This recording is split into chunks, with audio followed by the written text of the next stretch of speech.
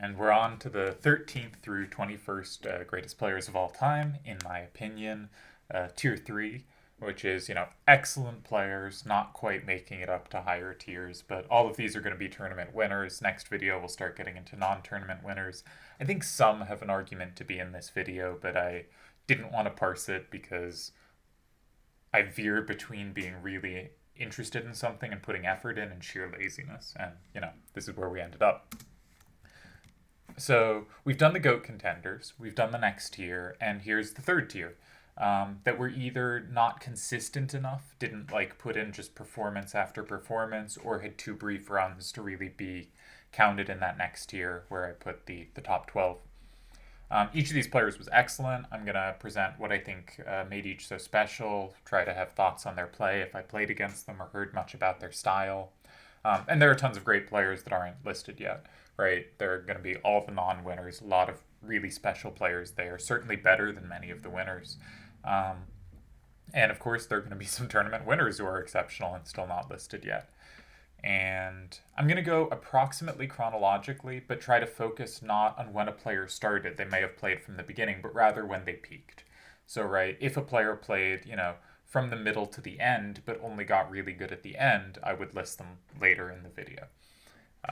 This won't really matter much, and my first example will kind of be an exception to this, because I think he actually peaked sort of in the middle of the site, but is known most for his play at the start. Which brings us to Kaus Debonair. So Kaus won the first tournament, Triad Wars 1, and he was the longest tenured Occult fan editor. He was a clan leader with Zodiac Braves, with Divas, Bring Back Card Club. He wins Clan Wars 6 as the Divas main leader, though he always brought in a bunch of co-leaders. He really clearly thought it was important to make sure there were a bunch of people responsible for what was going on. I think he's also really controversial. That's not, much of a statement, but it struck me when looking through Occult Fans and searching every player's name I was going to talk about to see if I could find interesting tidbits that, there was this random article, not a random article, it was an very interesting article, but it had this whole section, it was talking about the history of the clan Triforce, and it had this whole section about our war with Kaus Debonair, and I'd never heard of this war, right? It was before my time, but it was one of those things where he was involved with so much that you hear people talking about one part and you totally miss three other huge things that happened. And he was just part of so much, and I think he's probably third in the all-time most important people in Triple Triad history. So I don't want to focus too much on him being controversial, because I also think he was really important and good for a lot of people, right? I really valued my time in Divas and always felt he was a really, really supportive clan leader. I think Turds, for instance, had a kind of similar experience where Kaus was really important in bringing him into the clan scene and the more social scene of Triple Triad, and that he then went and followed Kaus to clans Kaus was taking part in. So when Kaus was doing Let's Bring Back Card Club, Turds followed that, and that's where Turds won his only clan tournament, and we'll get to that in a bit. And I had a somewhat similar trajectory, and I think a lot of people did. I think he was tremendously supportive within his clans, and that was really valuable to a lot of us. I think he also, had a lot of enemies, and, lots of things happened. But onto his playing. He is the first player to win 4 icons in a single year in 2008. So his first tournament he won in 2003. And, the Triad Wars 1, the first tournament ever. That's really what he's known for. But I think his 2008 is actually a more impressive year, despite, he was the third best player in the 03-04 period. I combined them because there weren't that many tournaments, and the sixth best in 08. But I think 08 was when he really put up an incredible performance, and that was just a very strong year. He's also 2-0 versus Sujiro, who was in that top 12 group. I'll try to list when a player has a really impressive record against some really worthy opponent. And I think overall his claims to fame are often not in terms of his playing. There was another article that mentioned all the old players think he's really good and all the new players don't think he's any good. This was maybe around 2011. And he wasn't playing actively at all at that point. He was mostly off the site. But I think he was good in those early years, but his fantastic performance in 08 shows he was really just playing at a high level. and the new players were wrong. And I don't think he reaches the peaks of like all the players we've seen higher and many of the players in this group. But he's a very good player who was just, consistently strong for 5-6 years. So then we have Cookie. And Cookie won both Laguna and TTAC4. He's the only player here that won 2 open tournaments. TTAC is at least partially open. And, he's a multi-tournament champion. He was, in my opinion, the second best player at both the 03-04 period and 2006. And he was really good on TTX before that. So he has just this very long history of being excellent. I think if Doc Evil had never happened, that in 2006, the who's the greatest of all time question would have been Cookie versus Kamikaze. And we already talked about Kamikaze in one of the higher groups, and Cookie may have won that argument. And I think actually at that point in time, many thought he did. There was an Occult Fan article on who's the greatest players ever, and they started with 7 or 8 and narrowed down to 3 and then narrowed down to 1. And they had Cookie in that top 3 with him and Karmazin as second and third in some order, and Doc Evil as the greatest of all time. And I think if Doc Evil never happens, there's a very good chance that until Delial takes over in 2008, or Seto around 2008, that Cookie is considered the GOAT for 3 years or so. And that's, an incredible achievement. He was many times co-clan leader. I don't know if he ever led a clan on his own. He was part of Divas. He was part of Brotherhood of Seed in their mid-2000s incarnation as one of the leaders there. He won Clan Wars 9 and 10 with Brotherhood of Seed in their next incarnation. He's beaten both Delial and Kamikaze in tournaments. He's 2-0 versus Kaus Debonair. But I think his real claim here is that from that 2003-4 to 2006 period, he's more dominant, more in the conversation for best on the site than anyone else we're going to consider today. So then we have Karmazin. Now, Karmazin won SE Cypher. Karmazin's really weird to evaluate in a similar way to Doc Evil, right? So people who were there when Doc Evil was there know him for other things than just his tournament play. They saw him play other games. He was really important in pushing, I think for one of Clan Wars or Clan League, like he helped bring about and was a major person there. I believe he was a moderator, right? Doc Evil did lots of things, but looking back, not many of them like have his name attached. So when I, a player who comes around after Doc Evil has left the site, looks back, all I have is these 3 tournaments Doc Evil played. And he won 2 of them and made finals in the other. And that is an unbelievably incredible record. Karmazin doesn't quite have that record, but he's the closest thing going. Because he played only 2 tournaments, he won one of them, and he made quarterfinals of the other. And so both of them played 2 or 3 tournaments, and only lost 1 tournament game ever. And I think kind of goofily, they both lost in the same tournament in SE Cypher, which Beastay went on to win. Huge congrats to Beastay. I should talk a little more about styles than I've been doing. So actually, let's see if we can backtrack a little. Kaus Debonair, I think stylistically, is a pretty standard player in that he's more focused on corners than sides, more likely to start that way. Tends to look for safety first and build from there. I didn't play with him a lot, so this is a very quick guesstimate of where his style was. I would put him a bit on the defensive side. I know he was able to hold his own in randoms against Delial for a while. Very good player. Cookie, I never got as good a feel on his style either, because basically he was great till 06, and then I don't know if the site got stronger or he stopped being as committed. He kept playing a ton, but he often played a little quickly, so maybe he spent more time in the prior years, and he was nowhere near as dominant afterwards. He was a good player from that point on, but through 06, he was, in that GOAT conversation. I think he did some interesting exploration of lots of rule sets. I mostly played with him in Open, and he didn't strike me as the strongest player there. But in Closed, he was very good. And he was also really good at weird rule sets, like Random Elemental, where he would figure out a path where I know I'm going to get a +1 on that elemental, but I'm not going to use it immediately. I'm going to construct the game such that my last turn, when you plan for me to get a -1 there, I'm actually getting a plus, and that's going to win me the game. And just very good at setting stuff up with odd rule sets and having a feel for where the game is going to go and how to hold the right cards for that situation. So Karmazin, stylistically, I think is more in the mold of a Delial, of just very aggressive, playing cards that interact. That aggressive doesn't mean capturing someone's cards. Aggressive meaning, you're not playing for safety, you're playing to set up as much combos and synergy as you possibly can. So he only played those two tournaments, but I've seen Karmazin play rather a lot because he played open trade for a long time. And I think has played as much open trade as anyone else ever and was very good at it. I watched him play a bunch with Connor or Conor, however you want to pronounce it, and Delial, and I think he ran about even against both of them, and that is tremendous company. I know at one point in like early 2009 or late 2008, I thought Karmazin was actually just the best player over Delial and Seto, which was the main competition.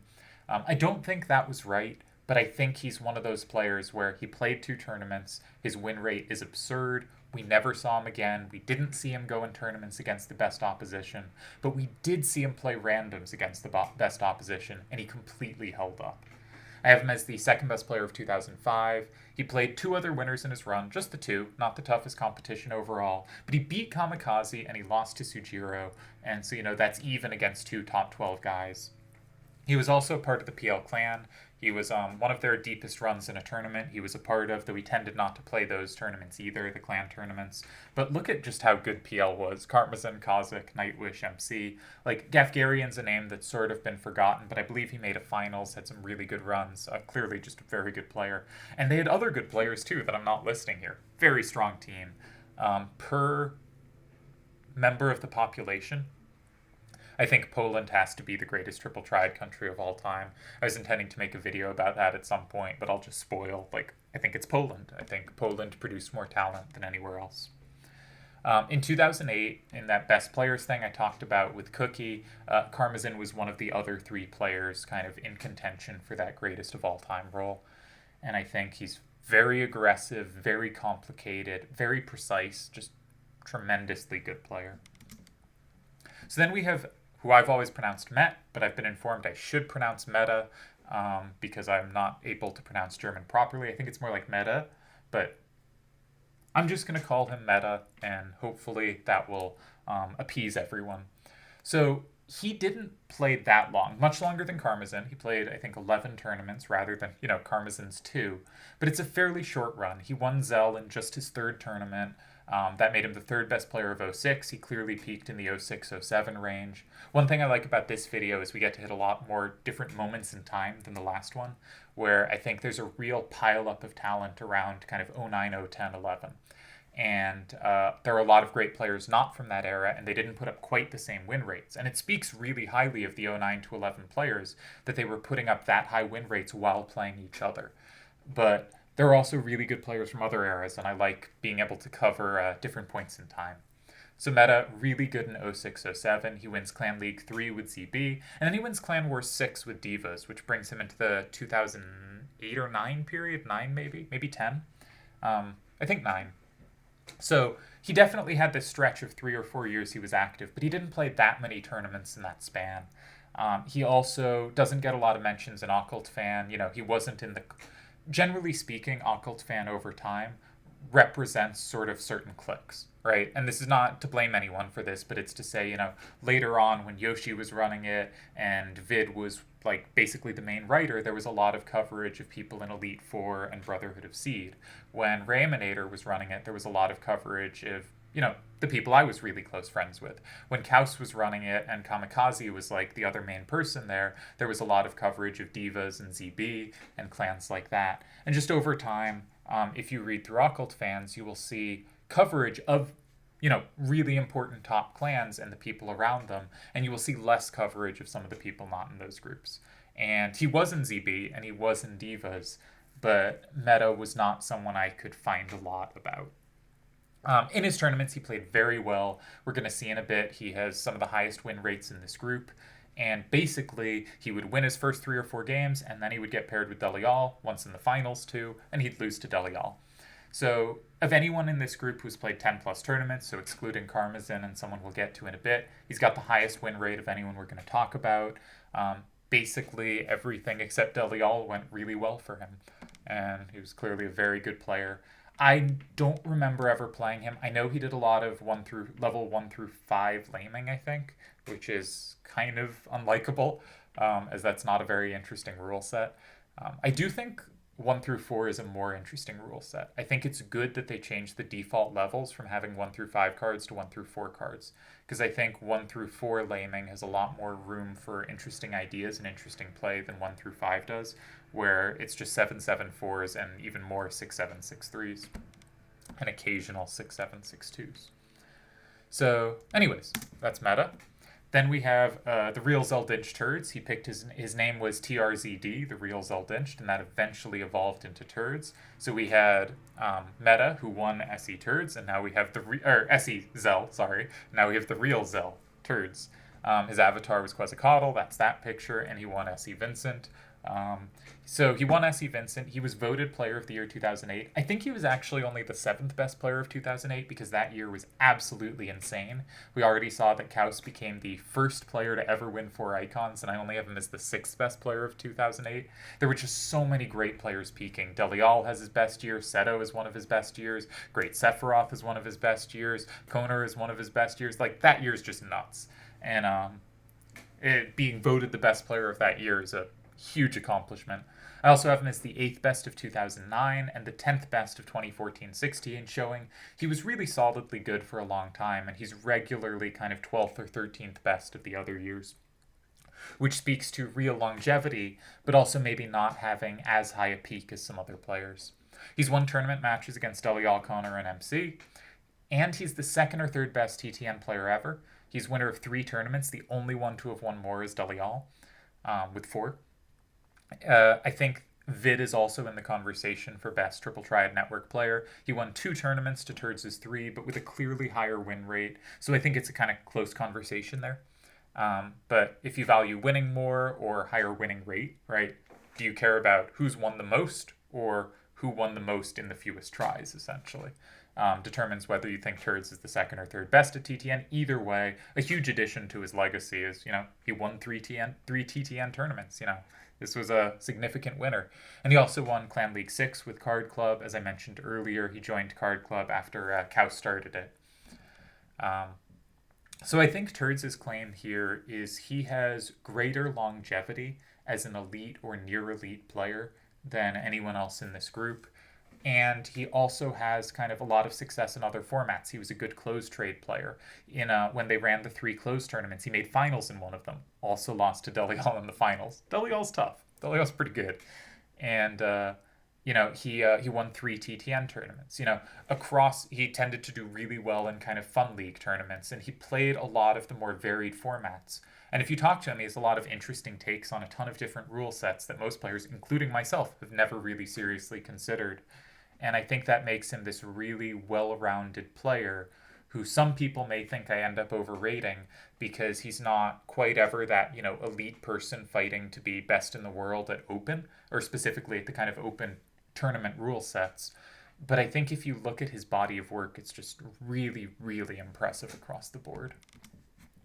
So then we have Serenity, also known as Scythe, also known as Vanity. I'm going to try to call him Serenity because Scythe gets confusing near Cypher, or sounds like I'm saying the other Scythe, CIFE. So I'm going to try to call him Serenity, but all the quotes you can see the quote in the bottom left where Sujiro refers to him as Scythe, and he, is named Serenity at that point. So we're just going to have trouble with names here, and he also briefly went by Vanity. He won TTA C6. As you can see with the bottom right quote, I'm going to read that first. I've been around the block a few times. My defining moment would probably be winning Clan Leader of the Year in 2004, and my clan, Trance Knights, also winning Clan of the Year and Most Active Clan that year. I've always been an above-average player, but never anywhere near elite. And Serenity was clearly a legend, right? Entering 2008, he was clearly a big name. He had been a great clan leader. The clan wasn't around anymore. But everyone knew him as someone really important, a huge part of the community. And then suddenly, he had been that somewhat above average player, or even in tournaments a little below average. And then he became tremendously good. And I think he has the 4th best year in 2008, which, as I said, was this absurd year. And he's only behind Seto, Delial, and I think Koner, maybe Great Sephiroth. He's ahead of one of Koner or Great Sephiroth. Absolutely nuts. Fantastic year. And if it went from mid 2008 to mid 2009, didn't have the calendar year cutoffs, but we could just take the best year long period, he would be even higher because he finished this run in early 2009. So he wins TTA 6. He makes a finals and a semifinals immediately around it. But I think the real takeaway on Scythe is he needed something to be really invested in. And first, he was really invested in being a clan leader, not particularly a player. And I wasn't around then, but as far as I know, he did just a wonderful job as a clan leader. And then, after sort of taking something of a hiatus, he came back and really focused on being a player and became this amazingly good player, but had a lot of trouble sustaining it. And I think it just took a lot out of him to be that focused. I remember him saying, I think after he lost the finals to Delial of Essie Irvine, maybe, or Kate Sith, one of those tournaments. He threw his keyboard against the wall and broke it, right? And this wasn't because he had, an anger problem or anything. This was that he was really, really invested in playing as well as he could. And so he went from being really invested in being a great clan leader to really invested in being a great player. And then he sort of stopped being as invested, and his results immediately went bad again. His late 2009, early 2010 results are really, really poor. And then Paradigm Shift starts up, and he starts that with Kamikaze, who he did not have an affair with. And they immediately win Clan League 8, and he performs great there. And when they win that, he then drops off again. It's very much he's really invested, and then he achieves, and then he's kind of has to take a step back. That's how I read it. That might be completely wrong. He was always very chill in chats and stuff, but I took him as someone who could kind of be fantastic at whatever he really put his mind to. But it's work to put your mind to something and get that good. So really high peak and really middling career outside of it at best, in just terms of tournament play. He's beaten Delial was up in Great Sephiroth, which is, 3 of the top 6 players ever. He's this long-time middling performer, but this short-time really shining star. And I think we're going to get into it later, but he has an argument for Scythe at his best is better than the other players we've seen. And I've forgotten to talk about styles again, so let's go back. Turds, I think, is a really formationally sound player. Has played a lot of kind of closed, including non-random games that are really good for training formational soundness, a really good feel for where certain kinds of standard moves are going to be, and then a real ability to see when that might not make sense. So 2 games he talked about in an article I wrote about him.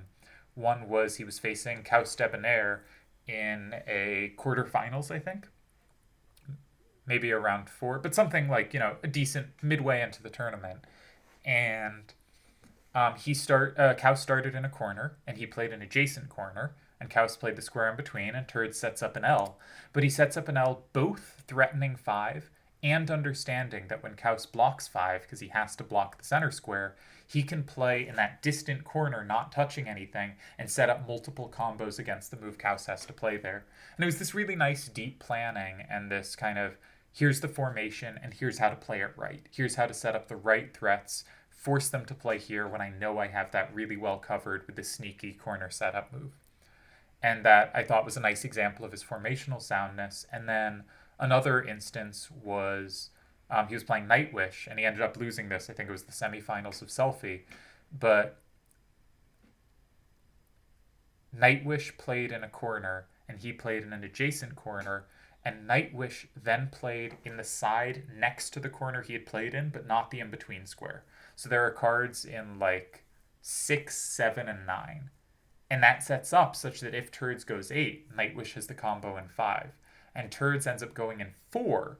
So there are cards in... Turds' cards are in 4 and 7, and Nightwish's are in 6 and 9. And he sets it up so if Nightwish goes in 8, he can go in 5 and combo back. And this is pretty irregular formationally, but was a really nice game, and they ended up tying that one. I think Turds' weakness in this group is he's probably not as good a calculator as a lot of other people here, but a really good formational soundness. Serenity, long time, middling or, no better than middling player. During his peak, I think he's kind of a Delial-like player, and I said that with Karmazin. I think this is true for Serenity too. And if you look at Delial's results, they're a lot less consistent than some other great players, where he has really good results against the best, and he has really good results against very good players, and he has really good results, but not like clearly that much better against average or worse players. And most players, there's this really steep, like, I'm great. You know, if you look at most top players, great against weaker players, good against strong players, not so good against the best players. And Delial is kind of evenish across the board, no matter how good you are. Maybe it's a day when he's drinking and you have a shot. And no matter how good you are, Delial has a real shot to beat you. And probably will. You know, he's got plus records against basically every level of opponent. And I think Serenity is sort of in a similar category when he was at his best, where he played this complicated interactive play, and sometimes it didn't work out and he'd lose to someone who's not, you know, a great or elite player, but it also meant he was a threat against anyone. And so if I was going to categorize these players stylistically, I'd probably put Turds a bit on the aggressive side, but not that much, and Serenity significantly more on the aggressive side of the equation. So then we have Vid, and for Vid, I didn't have images, but I put a lot of texts that I thought were amusing. I think the one about clan drama in the middle really spoke to just how much the site had changed, that there was a ton of clan drama, like that Triforce fight with Kaus that I briefly talked about that I'd never heard about before looking at this article. You know, there was all kinds of stuff like that, and by the time I was around 2008 onwards, that was basically gone. And this was probably in like 2012, and clan drama was basically just a thing of the past at that point.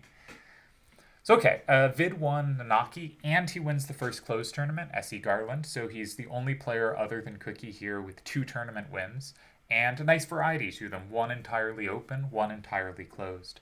I think he's the second best player of both 2011 and 12, narrowly over the field, but second both years, which is really impressive, and the 9th best player of 2005. He really went in and out of the site. His best run is kind of 11, 12, 13, 10. You can see 2010, he was voted all-around player of the year. This was before he won Garland, and he was already considered just a really great closed player as well as open. And just long stretch of being good. And he was pretty good, and then he left, peaking in 2005, and then he came back and got great. Part of that was playing in Brotherhood of Seed.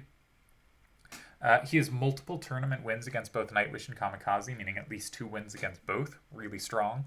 And he's the second or third best TTN player ever. As I said, he's in the conversation with Turds for the best results behind Delial. He won Clan Leagues 8 and 9 and Clan Wars 8 and 10 with Brotherhood of Seed.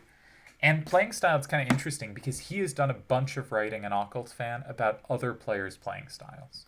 And I think he did a lot of thinking, and he'd be one of the more interesting players just to talk to about the history of Triple Triad, both because he was there for a long time and because he was really interested in what makes players good, what good play looks like, getting better, and what the different strengths of the players are, and wrote a bunch of articles about both ranking players but also discussing what he noticed about their styles.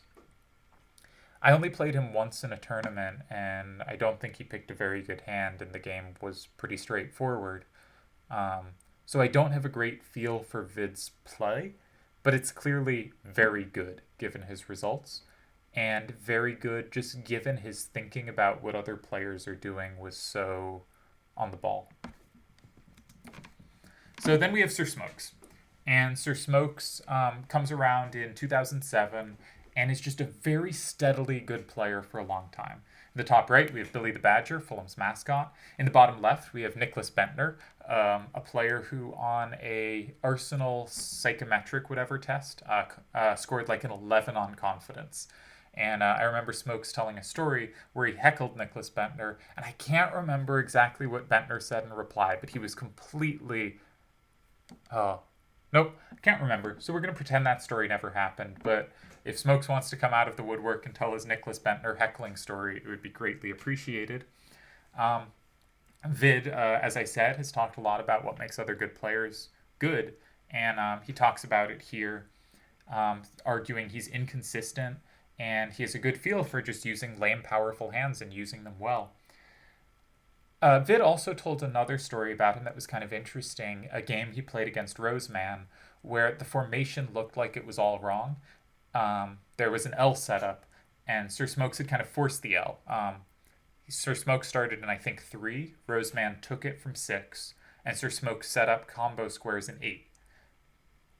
But after Roseman went in the safe square, I think in 9, there was nothing really good to do in 5. It all got comboed back. And Smokes found a move in 1. And at that point, Vid was just like, Roseman is 1. And then Smokes won trivially after that. And it was this really fantastic setting up play.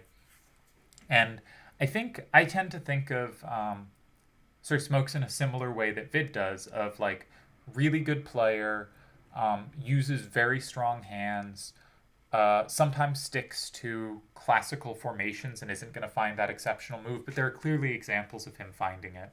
And I think overall he definitely veers defensive, but the Roseman example is very aggressive play. Playing an 8 after moves in 3 and 6 to set up combos is, just the most aggressive way to handle that kind of setup. So I think he's a really good player, just like really good all around. I think he's probably one of the more effective hand makers we've talked about, and I think he uses them well. And that makes you a very, very good tournament player. He wins TTAC 11. He would tell you that doesn't count because he always says only Triad Wars and Special Editions count. If there's closed or if there's something weird, just don't count it. So he wins the tournament, but he'd tell you it doesn't count. And he also lost in the title match to Yojimbo, so he'd tell you that makes it not count. But it does count. He played great. I think he's the best player of 2013. He would tell you he isn't because he lost to Yojimbo. Again, he's going to constantly tell you things that are true, but that downplay his achievement and just underestimate just how good his achievements were. I think he was also the 8th best in both 2010 and in 2014-16. And just really a reliable player, kind of picks up a quarterfinal or 2 or a semifinals basically every year he plays. Before he wins the tournament in 2013 of TTAC 11, I think he was firmly in the conversation for best to never win. And then he wins the tournament, and that has to jump him up a few spots.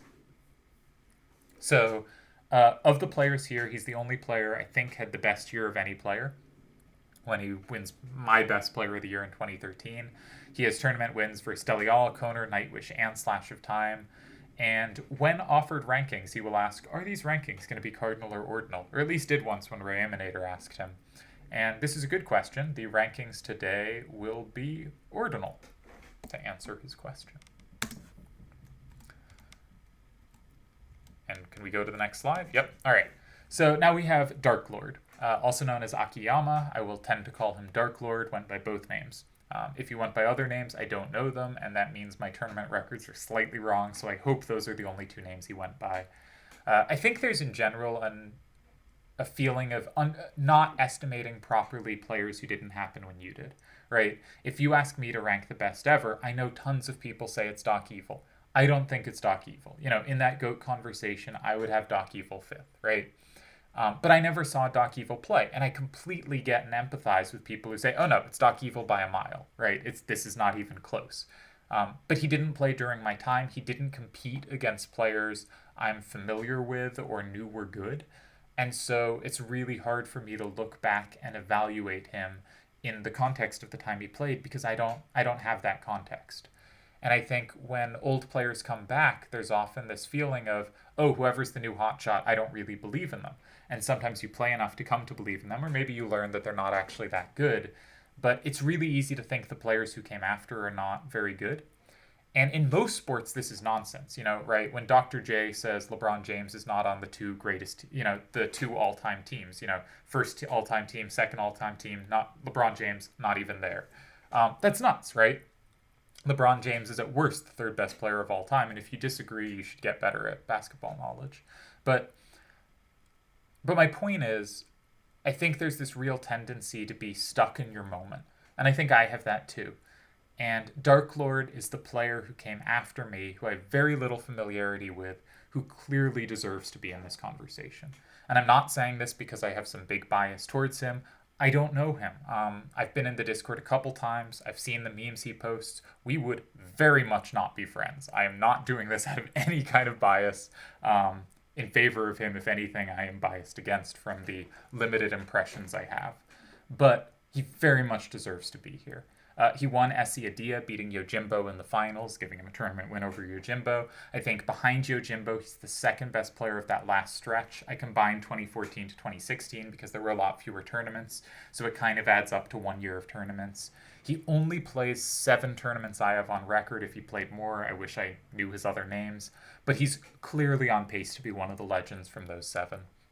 And we just don't have many histories. Like, all I know about him is his tournament results and the very little I saw when I popped into the Discord. And that's it. There was a tournament at the end of the site where I played him, and I did lose after a couple ties. And I thought he played very well.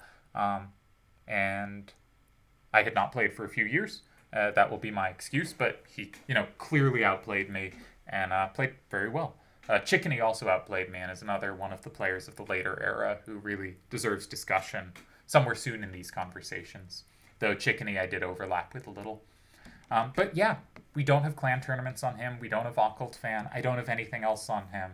We can just look at the numbers and see where he lands. But I think there's a desire to discount players like him if you didn't overlap.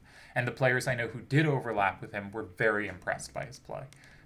But if you didn't overlap, I think it's easy to say, okay, he came after the site's heyday and then after the site's pretend heyday, so far after.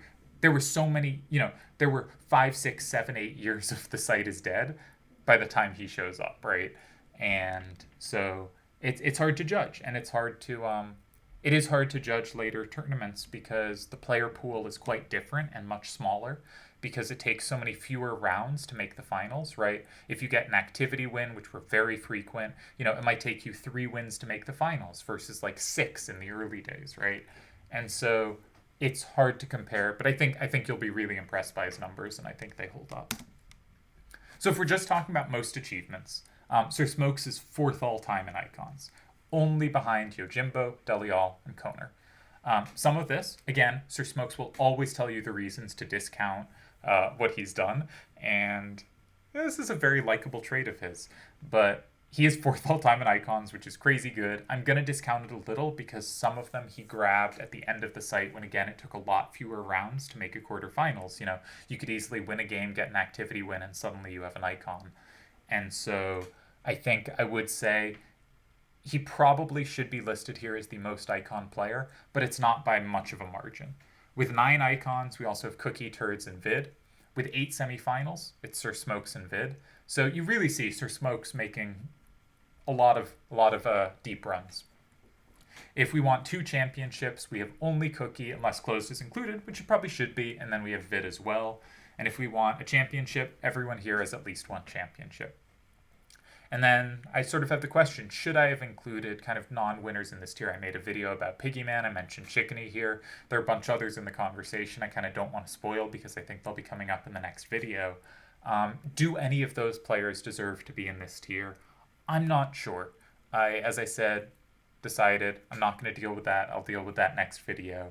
But there are certainly going to be non-winners in the next video that you could argue in this top 21.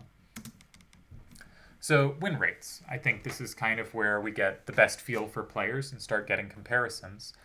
The most important, or a very important column here is the TP column, tournaments played. So you can see that the bottom 6 players listed all played 24 or more tournaments, very big samples, while the top 3 played 11 or less, and Karmazin only played 2. So you'll see Karmazin is far and away the best win rate, but it's not sustained, right? We don't have a big sample. Our confidence interval, our how sure should we be in these numbers, is a very large confidence interval or less sureness, right? We should have more, this could be a number that's real, this could be a number that's not real. We have a lot of evidence from him not playing tournaments that it's pretty real. Karmazin is clearly one of the elite talents the site has ever seen. But for actual tournament production, he didn't play that much. He was fantastic when he did. It's a Doc Evil-like resume, and if you are really high on Karmazin, you're probably you probably have Doc Evil number 1, right? If you're quite high on Karmazin, you could have Doc Evil in a lot of spots. If you're low on Karmazin, you're probably low on Doc Evil too. Either way, his 2 tournament run, absolutely fantastic. Then we have Dark Lord, and you'll see Dark Lord really high win rates against all the groups. really good against the medium to lesser opponents, just very strong against the strong opponents, and tied for best record here against elite opposition. Overall, the second highest win rate here, but having played over 3 times as many tournaments as Karmazin. You can see his numbers look great. I think if you compare his numbers to Sujiro's numbers from the prior video, they're pretty similar. It's a tiny bit better against the top end, a tiny bit worse against the lower end, a slightly higher win percentage overall, though that's mostly based on whether you happen to draw easy or difficult opposition, given that their win rates against different categories are similar. But basically, he's slightly better than Sujiro, but with half the tournaments.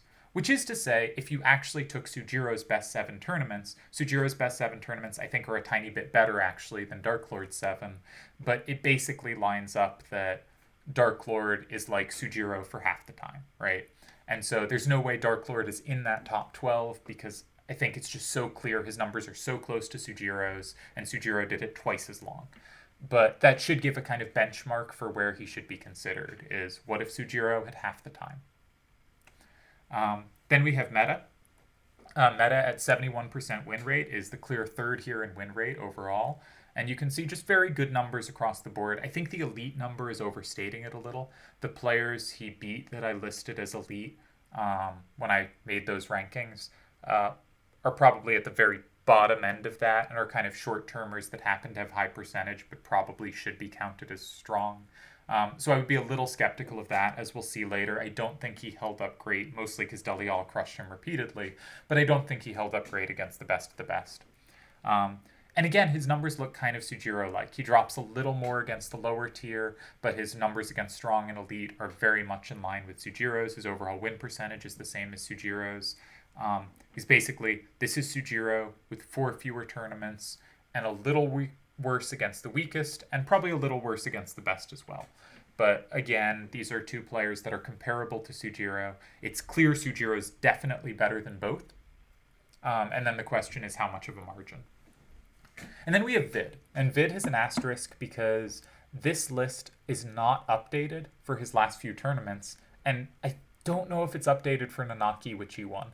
But he did really well at the end of his run, so his win percentage should actually be even a little higher than this shows. This should get him into the mid-high 60s. And the same thing for Smokes, is this does not include the TTAC he won, and that should get him into the mid-high 60s as well, and a couple other late tournaments where he performed well. So both of those players have asterisks. You can see the Kaus, Debonair, Turd, Sir Smokes group all are pretty similar. So kind of somewhere in the 20% against elite opposition, 55 to 65 against strong opposition, low to mid 80s against medium and weaker opposition.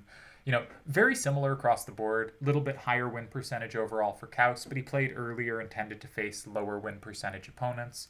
So those 3 are quite balanced, and later I'm going to have a nightmare trying to separate those 3 and pick which I think is the best of them.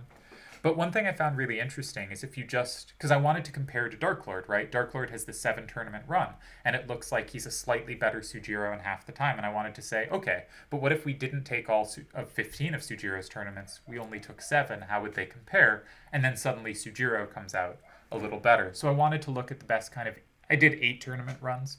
I looked at the best 8 tournament runs of these players. And what you see is something very similar to the numbers you see here. Instead of kind of 80% for Kaus, Turds, and Smokes against okay or weaker opposition, they all jump to 100, right? When they're at their best, they were crushing middling and weaker opposition. And their win rates against strong all jumped to like 80, right? They were all beating people in a similar tier pretty damn consistently when they were playing at their best. But their elite numbers stay in the 20s. And so these were players that at their best became really consistent at beating weaker to very good players, but did not really threaten the strongest players. They could certainly get wins against them, but these were 3 players that are fantastic overall players, but clearly not quite competitive with that top tier. And I think the 3 have very similar resumes. Again, I'm going to have a nightmare separating them when it comes to it. Then we have Cookie. And Cookie plays the longest here. Cookie is, one of the longest tenured players, if not the longest tenured player on the site. Basically goes from start to finish. And so his overall win rate is, one of the lowest here. But that's because he played 10 years without being, playing all that seriously after his peak, right? So it's kind of weird to look at this and think, oh, he still has this really solid win percentage that looks right in the middle of the pack against okay opposition. Not so good against strong, but pretty decent against elite. That he really holds up despite just having 10 years of Met performances is pretty impressive. And then we have Serenity. And Serenity is sort of the weirdest one in the group because he's the third longest tenured, um, and his win rates really suffer for it, right? Turds and Cookie hold up a bit better because he just did not beat okay opponents near as consistently, and that really hurts his overall win percentage. He has one of the lowest results here against strong opponents. He has a pretty decent result against elites, but I think this really speaks to he's a mini Delial, just inconsistent, really a threat to anyone. And on the bottom right, you'll see his 8 tournament peak. He's barely better against okay opposition. He's still dropping games that he shouldn't against weaker players. But he's suddenly in that 80% plus win rate against strong opposition, and he's a huge threat against elite opposition. He's picking up wins against great players and doing it well over 50% of the time. And he's the only one in this group that if you take their best 8 tournament run, is just crushing the top players, is over 50% clearly against the best of the best. But he's also the only one that's still dropping lots of games to the bottom group. Basically, everyone else here, if you take their best run, is just 100% against the medium to weaker group. And he's only 73. And so just this very inconsistent but strong, aggressive, threatening player. If we look at records versus win rates, in the left column, the record column, there's each player's record versus other winners. You can see Dark Lord looking really good here. Again, his 7 tournaments are so impressive. Karmazin only played 2. Everyone else here is below 50%, with Kaus Debonair at 4 and 12 and Meta at 2 and 6 at the bottom here. Meta had looked good in the last chart against better opposition, but I think this one kind of speaks to kind of folded when facing the best of the best. I think another thing worth looking at here is just who played the most against the best, right? Because if I played 3 times against great players and you played 25 times, I might have a better win rate, but oh man, did you have tougher roads to win your tournaments, right? And so we see here Turds has played 24, Smokes has played 26, Cookies played 20, Serenity's played 17, Meta's played 8, and you can make comparisons there and think, okay, it's not just what the win percentage is here, but it also tells you how difficult your paths were. So we have the win percentages, and then we have the records versus each other. So Dark Lord is 3-0 versus others in this group, though that was 2 wins versus Cookie 10 years after Cookie's prime. So maybe would be better said as 1-0. I don't know. Either way, Dark Lord has just very good records head-to-head here. Karmazin never played anyone else in this group. Vid and Serenity have slight pluses. Cookie and Sir Smokes have slight minuses. Kaus, a bigger minus. I don't think it super matters how well they did against exactly the rest in this group, right? If you lost to this group but got wins against a better group, that's great, So maybe not the most telling number, but I think it is interesting when you're comparing players to just see how do they compare to each other, as well as how do they compare against the general field or against the bigger field of winners. So who is the best peak? This is a picture, I believe, of Annapurna, though Annapurna might be the one on the left. I'm a big believer in Mount Everest is a fake, and the easy one, and K2 and Annapurna, those are real mountains. But we don't need to get into that, and also I don't actually care that much about it. I just like having strong opinions. I know nothing about mountain climbing, don't come at me. Okay, so best peak, if we look at 3 tournament runs, it's Cookie, it's Serenity, it's Meta. If we make it 5 tournament runs, it's Cookie, Serenity, and Turds. By the 7 tournament run, Serenity actually passes Cookie. Turds is still 3rd. And for 9 tournament run, that 2008-9 peak, he had a few decent things leading into it, a few decent coming out, though dropped off pretty hard. But a few decent on both sides gets him to the clear best 9 tournament run here. So this looks like, okay, Cookie and Serenity have the best peaks, maybe Turds in 3rd. But is this really a good comparison? I'm not sure, because Karmazin only played 2 tournaments. Obviously, in those 2, his peak looks higher. Smokes and Vid both peaked after I stopped calculating this, kind of 2013 on, though Vid may have peaked 2011-12, so maybe the fact that Vid's not here should tell us something. Dark Lord had barely signed up for the site when I had stopped calculating this, if he even had, And Sir Smokes was the best player of 2013, so he certainly has a case for best peak, and that's just not listed here. And I went and looked back at those 8 tournament runs to better compare to Dark Lord, and I'll get into my findings with where I think Smokes lands in a bit. But I think it's pretty unclear at this point who had the best peak. And like it looks like maybe it's Cookie or Serenity, but maybe it's Smokes, maybe it's Dark Lord, just not clear. So ELO. ELO adjusts for win rates, it adjusts for strength of opposition, it's a really good rating system. And if we look for who achieved the highest world rank here, we have Kaus, Cookie, and Dark Lord all made it up to number 1 in the world. We have Karmazin made it to number 2, behind Doc Evil. At number 3, Sir Smokes and Meta made it that high. Turds made it to 4th, Serenity made it to 5th, and Vid made it to 5th. But, again, I have so many caveats here that it's really hard to use this to separate. Kaus was rated 1st because he won the first tournament. Dark Lord was ranked 1st after Yojimbo stopped playing, and Dark Lord was the highest rated remaining player. Cookie, in a more competitive time period, is 1st as long as both of those two combined. So I think this list is best for Cookie. Turds and Serenity reached their peak during more contested periods than the others, in my opinion. You might be able to argue Vitters or Smokes on that count. But definitely the people at the bottom of this list were also playing in more competitive eras where there were a lot more big names they had to be ahead of, and to reach 4th or 5th was ahead of a lot more big names, I think, than some of the higher ranked players. What about peak rating? Well, we have Dark Lord with 2297, Vid with 2282, Smokes with 2267, Serenity, Karmazin and Turds, Cookie, Kaus, Meta. But you could look at this and be like, wait up, that just looks like time periods, right? Dark Lord peaked last, then Vid and Smokes peaked next last.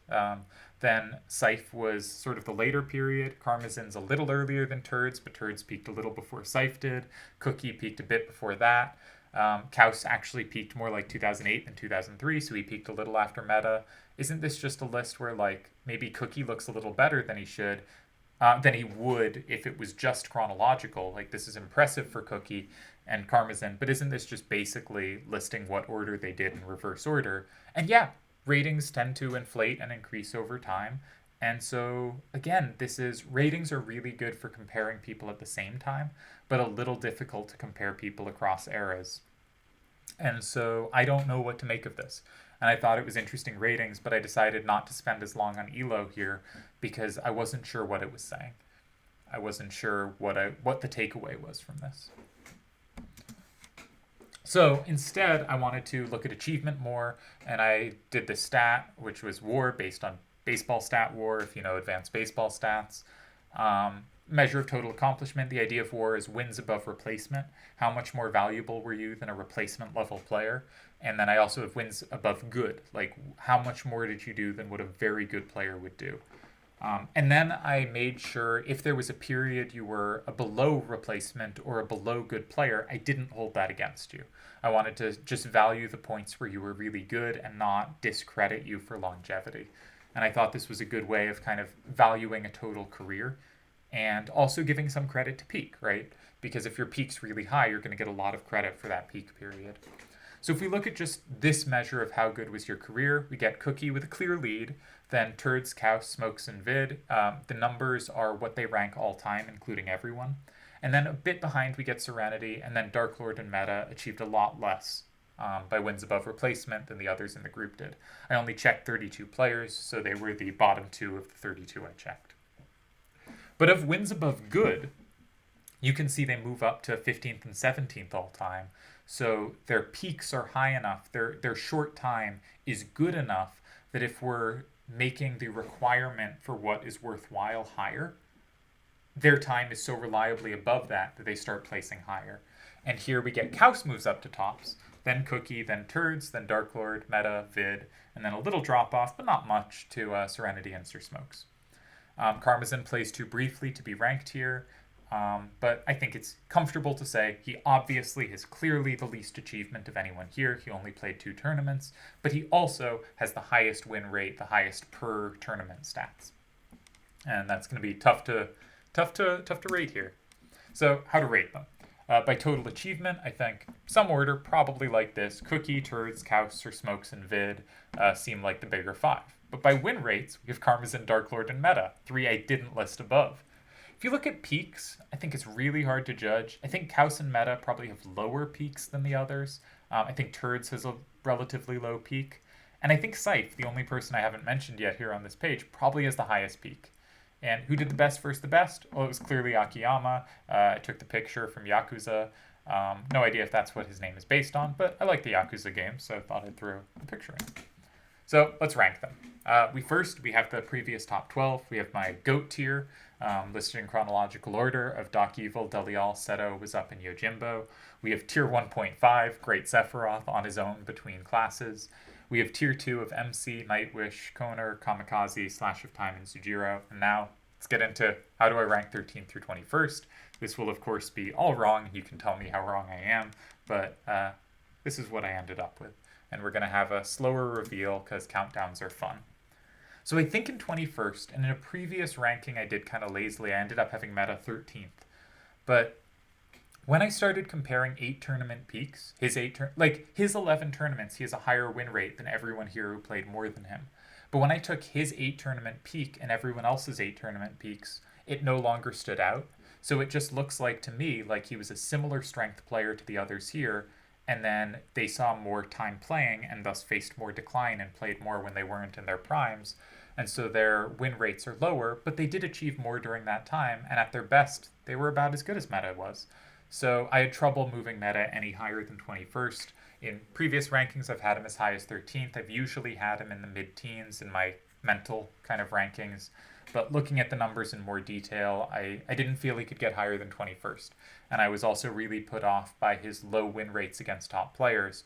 If you're going to have such a small sample, I really want evidence that you're going to have a really good shot to beat the best, right? And I didn't get it there. And then in 20th, I have Scythe, who has one of the best peaks of this group. Like, I really think that. And I think is also possibly the person here at his best who is most threatening to the very best players the site has ever seen. That's probably not true, but top 2 or 3 of this group. But he's just so inconsistent. He has so many years of bad performance, really, and he surrounded his good periods with not very good. And I think it was one of those things of when he was really invested, he was phenomenal. But he could only maintain that so long, and that's enough to get him up to 20th all-time here, but I don't think it's enough to get him higher. So then we have 19th and 18th. I have a picture of Sandy Koufax because these are the short-termers who really made incredible marks during their time. Karmazin in 19th, I don't know what to say. I think Karmazin is the most talented, best player in this group in the sense of just like taking this player at their best against anyone else in this group. Who would I take? I'd take Karmazin. I wouldn't have to think about it. Seeing him play open trade and going at least even against players like Delial and Koner and others. I know Kamikaze used to play some open trade, though I don't think I ever saw them play. But just seeing him play, it was just so obvious. This is a top 10 talent player all time. This is a player who, if he played more tournaments, I have no doubt would be in my top 10. Right? I would be so shocked if he wasn't. Just very clearly that level of talent, and saying merely top 10 may be underrating how good he was at this game. But he doesn't have the tournaments, and I had trouble putting him higher. I've also had him as high as 13th in my mental lists, but I think the others just achieved so much more than he did that I couldn't put him above 19th. But I think he is the top talent here. I think he's just so good. How long have I been going? Ooh, almost an hour. I'm sorry about this. Well, we'll try to finish it up. In 18th, I have Dark Lord, and as I said, I think it can be hard to give credit to people who came after you. My understanding is a really technically good and precise player, in a kind of similar way to Yojimbo, of just really consistent good play, not making mistakes, finding little ways to pressure you, just really high-level technical play. That I think the best players, Yojimbo, Chickeny, Smokes, Dark Lord of the latter years, really were phenomenal at. His 7 tournament run is basically almost as good as Sujiro's and is just pretty clearly better than the 7 tournament runs of anyone else here. Serenity's closest, but I think Dark Lord's is better. And Dark Lord did it in his first 7 tournaments. If you pretend everyone played their first tournament at the same time and just order all their tournaments together and look at who's the highest rated, for the first 3 tournaments, Doc Evil, he played his 3 tournaments, he's the best. From like the 7th to 15th or 18th or so, it was up with Seto and Delial really close. Then Yojimbo takes over with Seto and Delial remaining really close. And Great Sephiroth's also really close. And that's kind of the best 6 players ever, right? And those are the players that show up just over and over on that kind of list. But there's one moment I skipped, which is tournaments 4 through 6. Right after Doc Evil retires, and right before Was Up gets multiple tournament wins. And Was Up, I think, was the best at 5 tournaments in, but at 4 and 6, there were 2 different players. And at 4 tournaments, it's Cookie. And we haven't seen Cookie yet, and Cookie's a tremendous player we're going to get to. But at 6 tournaments, it's Dark Lord. When Dark Lord in his 6th tournament wins a Dia over Yojimbo, that gets Dark Lord the highest rating anyone's had 6 tournaments in. Again, ratings inflate over time, maybe a little easier for him to get a high rating in some ways. But he's the only player here who really threatens to, like, you're on pace to be the best through this amount of tournaments of anyone we've ever seen. And maybe Karmazin is in that group again. I put these 2 together for a reason. But and I also, as I said, I don't think Dark Lord 7 tournaments is better than the best 7 of Sujiro, but I think it's right there with him. And maybe he was only getting better, it was just his first 7. It's really hard to judge. I think I can't put him higher than 18th. I can't put him too much lower, but he's someone who, if he does what he did a second time, he's right there with Sujiro. He's definitely in the next tier, right? We saw basically 2 years of tournaments out of him, and that's all we got. And so that's all we know. So I have him 18th. Then 15th through 17th, I don't know. I ordered these 3 players in every permutation possible. I always had them 15th through 17th in like every incarnation of this list. I have no idea. Kaus has the highest overall win rate, but I think he did it against weaker opposition. They all have very similar win rates against different levels of opposition, making them really, I think, kind of similar players. Stylistically, I think Kaus and Smokes are a little more defensive, Turd's a little more aggressive. As a pure calculator, I think Sir Smokes is probably the best of the group. As a hand maker, I probably also lean Sir Smokes. For kind of dominance over the time they were there, I think Kaus is by clearly the best claim. For kind of wide variety of success, I think it's Turds with his TTN wins, and eventually that's what I went with, is that I think across the most formats, Turds did the most. You know, a finals and a closed tournament, 3 TTN wins, that was enough to push him over. But I wrestled with this so much, I had no idea. It was when I checked Sir Smokes' 2013 peak, and it wasn't quite as good as I thought when doing kind of it's a 2-year peak, not just 2013, but doing that 8 tournament peak I was talking about to compare people to Dark Lord. Sir Smokes dropped off a tiny bit, or I thought he would actually come out as the best of this group, and he came out right in the middle of it. And I thought that was going to be his case to be the best, was the highest peak, but I think his peak is similar to the others. I think these 3 are really close. You could put them in any order. It depends what you value. I ended up with Turd's variety of success, but again, if you want the highest win rate, Turd's is the lowest of the 3. You know, if you want different things, you're going to get a different result. So I did the Nick Young image again because I had no idea how to rank these 3. I think they are very close. I think any order would be fine here. I think they all achieved enough. They all have, you know, kind of 8+ icons, many semifinals, that they're all, I think, clearly ahead of Dark Lord and Karmazin. I didn't too strongly consider moving those 2 ahead of this group of 3. But I think this group of 3 is very much in these are excellent, excellent players that were really good against everyone but that very top tier and weren't a big threat to the top tier. And Dark Lord and Karmazin are both players with big what-ifs, where it's very easy to see both of them making it into that kind of top 12, or if it included them, top 13 or 14 group. And these 3 players, you give them more time, I think they're still going to be in this teen range, right? They're players who are very, very good and achieved a lot and probably can't make it much higher on this list. And the players below, you can imagine more potential, but the players above actually did it and did it well. So we reach my top 2. If you remember who's left, you can guess on order. It is Vid and Cookie. And we have Cookie beating out Vid. So Vid really surprised me. Vid's overall win rate, once you include the tournaments I hadn't gotten to yet, starts getting into the high 60s. And that puts him ahead of everyone here who played for a significant length of time. It puts him just ahead of Kaus and against clearly tougher opposition. He also won a closed tournament, which I'm not even crediting. His TTN results are as good as Turd's, I think. He won one less tournament, but with a tremendously high win rate. The closed tournament really put it over the top for me. But he's also probably the highest win rate overall of anyone here, and did it over really different spans of time. He played a bunch in 2004, 2005, and then he came back and had a tremendous 2011-12 and was played good in 2010 and 2013. And I thought overall that body of work was enough to clearly put him ahead of the Turds, Kaus, or Smokes tier. At first, I had them all in a tier together, but the more I looked at it, the more I thought Vid has separated himself. And then Cookie's so interesting, because I didn't see Cookie as a great. I never saw him as that great player, and I think that tends to lead me to underrate him a bit.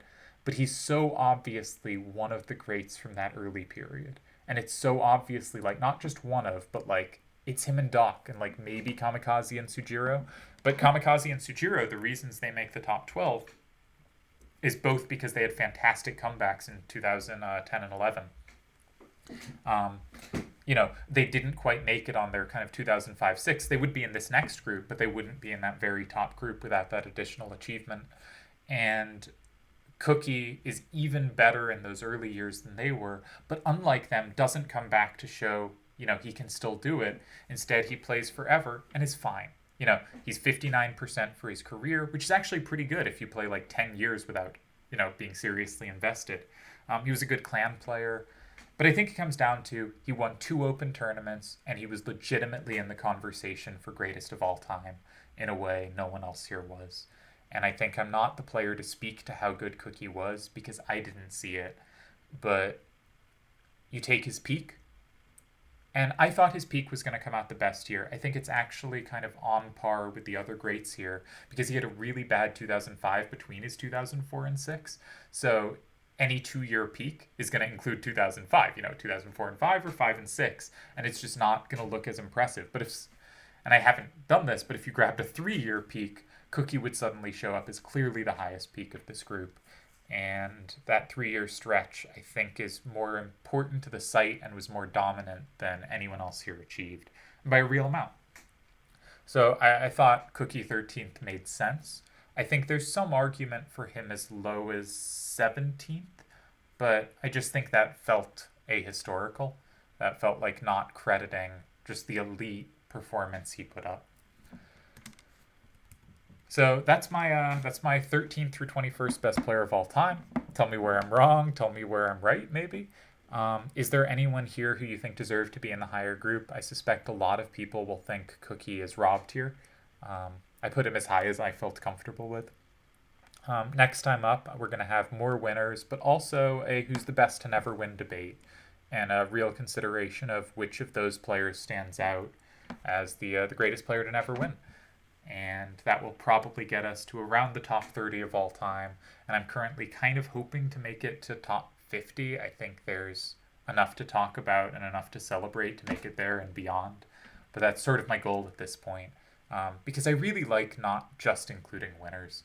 I think it's easy to look at winner lists and be like, yeah, those are the names. And I just feel there's so many really good players and players I really enjoyed playing against or watching play that aren't included there. So really excited to get into some players who didn't win tournaments and why I think their cases are so good. And yeah, I hope you enjoyed the video.